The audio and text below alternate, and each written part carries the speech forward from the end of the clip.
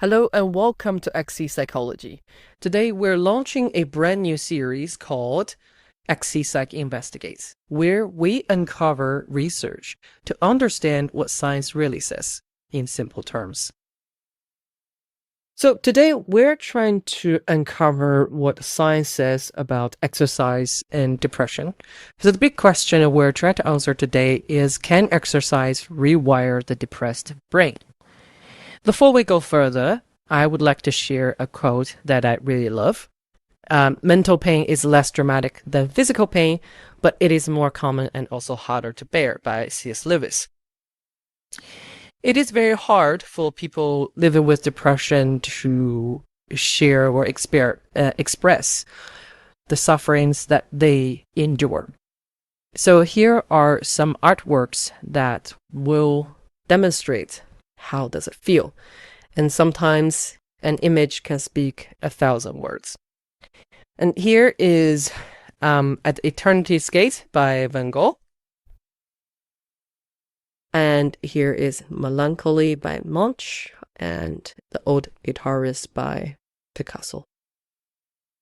So what is depression? Depression is a serious mood disorder characterized by persistent low mood, loss of interest or pleasure, and changes in thinking, behavior, sleep, energy that can interfere with staying alive. You may or may not know this. Globally, depression impacts about 4% of our population.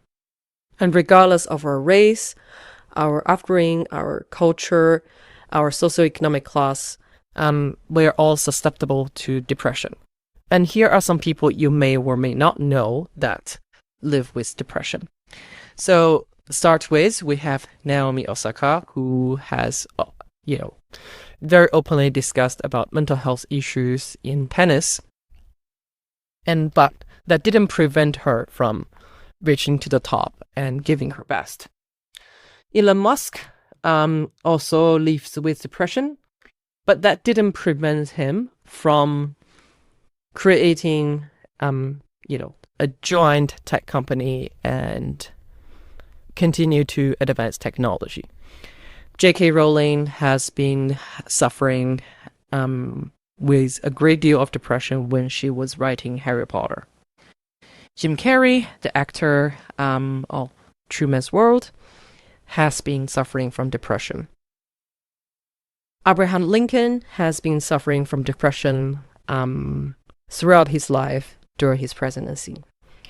And the most famous person for naming the black dog for depression, Winston Churchill. Before we go further, I just want to say that we can look at things like, say, hey, even famous people, even rich people, even successful people suffer from depression. But maybe we can look the other way and say that living with depression is not it's not a death note. We can still achieve the life that we want to live despite of depression. And so here is a famous quote from Winston Churchill: "My black dog seems to be quite away from me now. It is such a relief, all the colors come back into the picture." And that is what he describes as, the depression symptoms reduced for himself. And now we have colors. And there are multiple ways to reduce depressive symptoms. We may have heard about talk therapy, diet, a good routine, a right medication, community, and exercise. So for today, our episode is going to dive deep into the paper by Brüchle and colleagues. Physical activity reduces clinical symptoms and restores neuroplasticity in major depression. So what they are trying to answer is, can exercise rewire the depressed brain? And to be specific, can physical activity reduce symptoms of major depression disorder, and improved brain's capacity for neuroplasticity. And so to really understand the paper, we need to answer the 4 questions. And 1, how was the study designed? And 2, how were changes in depressive symptoms measured? 3, how were changes in neuroplasticity measured? And 4, what were the results of the study? And so let's start with the first question. How was the study designed? Well, the setting is in the primary care of a psychiatric hospital at a university for inpatients. So people are living in the hospital during treatment. The timeline is 18 months in total. All of the patients' consent were obtained 7 to 14 days after admission.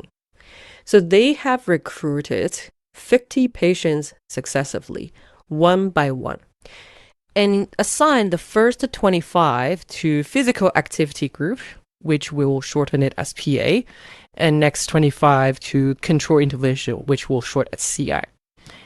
And note, the investigators were not blinded when they were assigning the patients to different groups. There were 6 to 8 participants attended at a time, and each participation is a 3-week intervention period. And each patient only need to complete 1. The days for entry is flexible. So sessions did not build on one another, but participants could join at any time. And now let's look at what do different groups do. So initially assigned for both the PA group and the CA group were 25 patients. And for the PA group, they will do 3 sessions per week, Monday, Wednesday, Friday, 60 minutes per session. It's usually instructor-led without breaks. And the training focus for each session will alternate through coordination, endurance, or strengths. So different types of exercises. And for CA group, they meet about 2 sessions per week and 90 minutes per session. And they will engage in cognitively engaging group activity like solving puzzles, luck stories, and card games, and there's no additional physical activity. There is only routine walks, and they are monitored by the staff to prevent any extra physical activity. So with this setup, how were they measuring the depressive symptoms? So the first measurement they have got is a EDI-2, which stands for Back Depression Inventory 2. It is 21 item self-report measure. And you can see from this side, it measures about sadness, about pessimism, about past failure, loss of pleasure.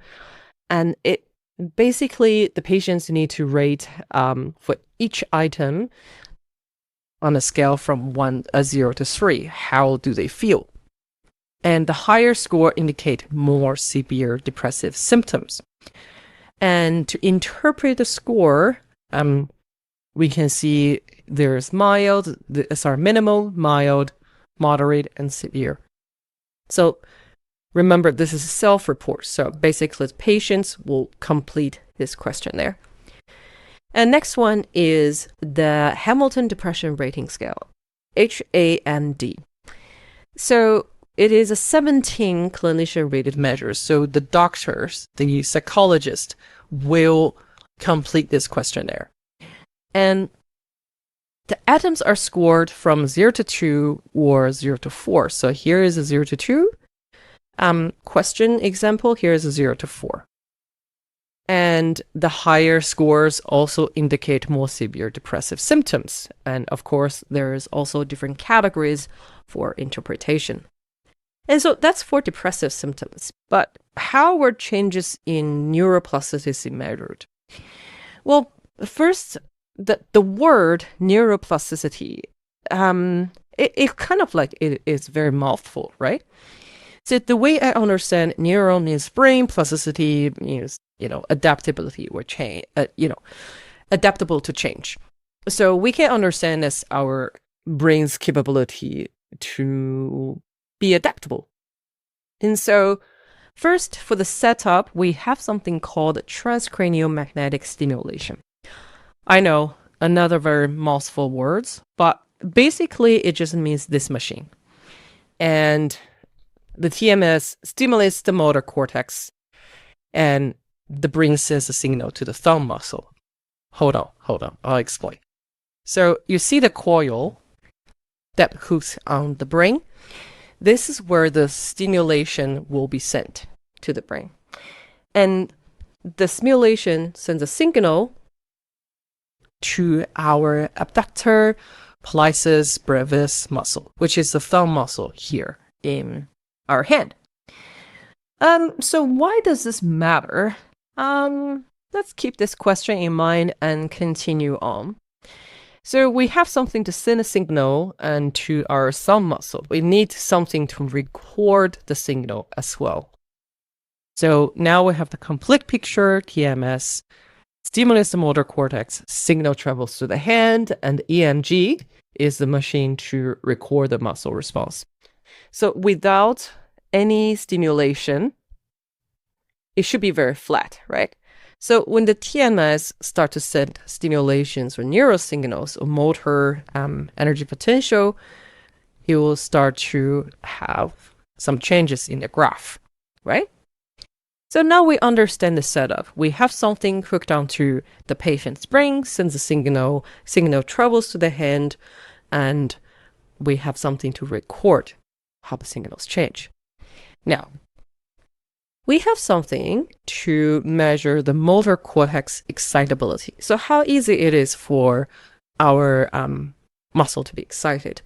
So researchers measured the AMT, active motor threshold. So the lower and the AMT, the more easily the motor cortex responds to the TMS signal. And it is very important to measure with the hand relaxed and do not move. And researchers tested several different TM strengths and plotted the strengths, right? So there is an example. It's not from the original paper, but you can see different TMS and different heat. And so how do we interpret this graph? Basically, the steeper the curve, the greater the motor excitability. So steeper means good. We have better motor excitability.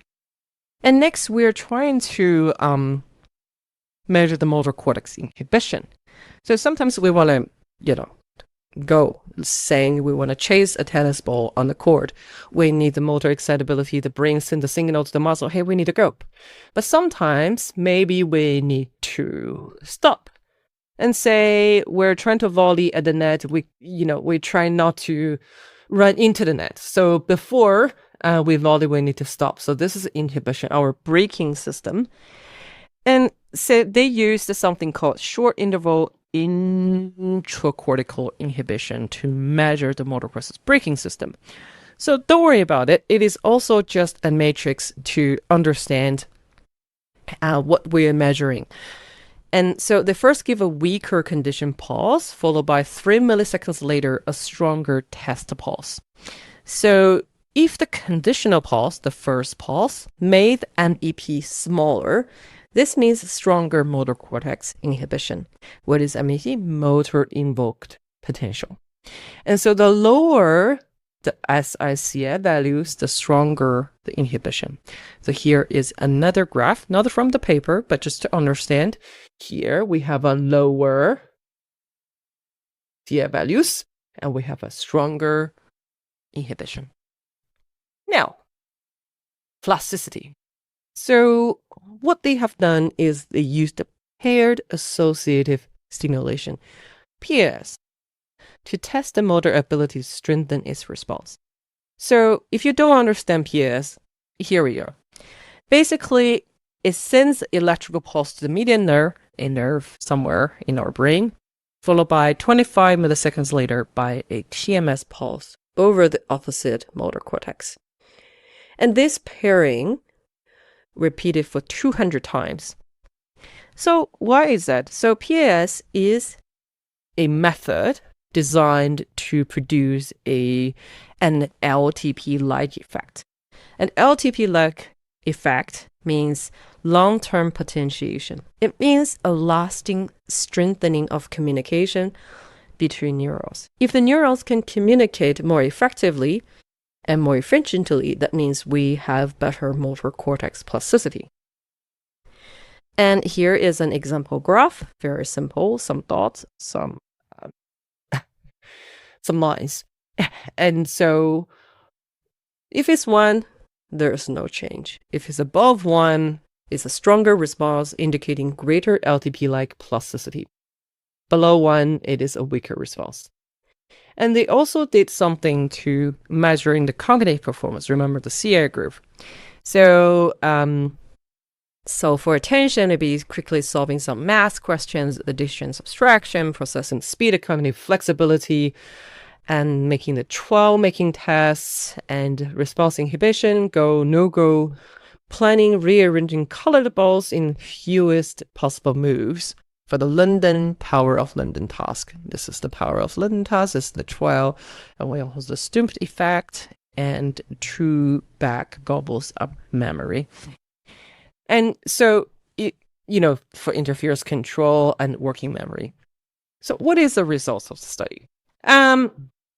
So the most important or most significant result is 1 for HAM-D17, the clinician rated scale.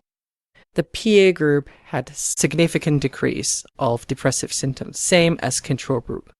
But the PA group has showed much more decline in the depressive symptoms. For the BDI-2, both groups show significant decrease, but there's no clear advantage for physical activity.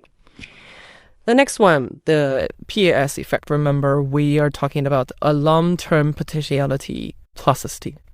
It increased strongly after PA, but not after control. So the physical activity has increased the neuroplasticity.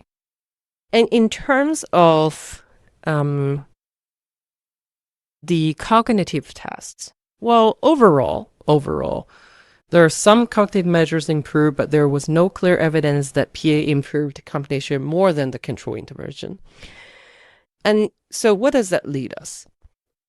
The 3 key takeaways is, first, exercise did improve depressive symptoms, especially in the clinician-rated scale. And 2, exercise restored LTP-like neuroplasticity. The PAS effect increased in PA significantly. And number 3, symptom improvement and plasticity improvement were strongly linked. And so every study is not perfect. Here are some limitations and some indications for future research, right? So this research only have a short intervention period, only 3 weeks. So for the future, we can test a bit longer exercise programs. And there's no long-term follow-up, so it's very hard to establish the causal relationship. We call it the longitude study. And so we will need to maybe in the future include a long-term follow-up. Small sample size, only 41 participants completed study. So initially we have 50, but some people may not complete the study to the end. So we need a large randomized controlled trials. Investigators were not blinded, which could introduce bias. So we need to blind the outcome assessors for future research. Participants were not randomly assigned. Again, we need to randomly assign participants. Both belongs to the category use larger randomized controlled trials. And it will be a wish come true for the researchers. And next, participants continued standard inpatient treatment and medication. So there's no separation of whether, medication contributed more to the improvement or physical activity alone contributed to the improvement. We need better control and standardized concurrent treatment and medication. So plasticity was measured in the motor cortex and not directly measured in MDD-related areas. So in the future, we could examine plasticity in regions more directly involved in depression. And here are some ideas to throw it in. Maybe we could investigate whether clinical or neurophysiological markers can predict treatment response, supporting a more individualized treatment. And we can compare different types, intensities, and doses of exercise to identify which produce a stronger neuroplasticity and clinical effects. And that's it for today's video. I hope you enjoyed it. I'll see you next time.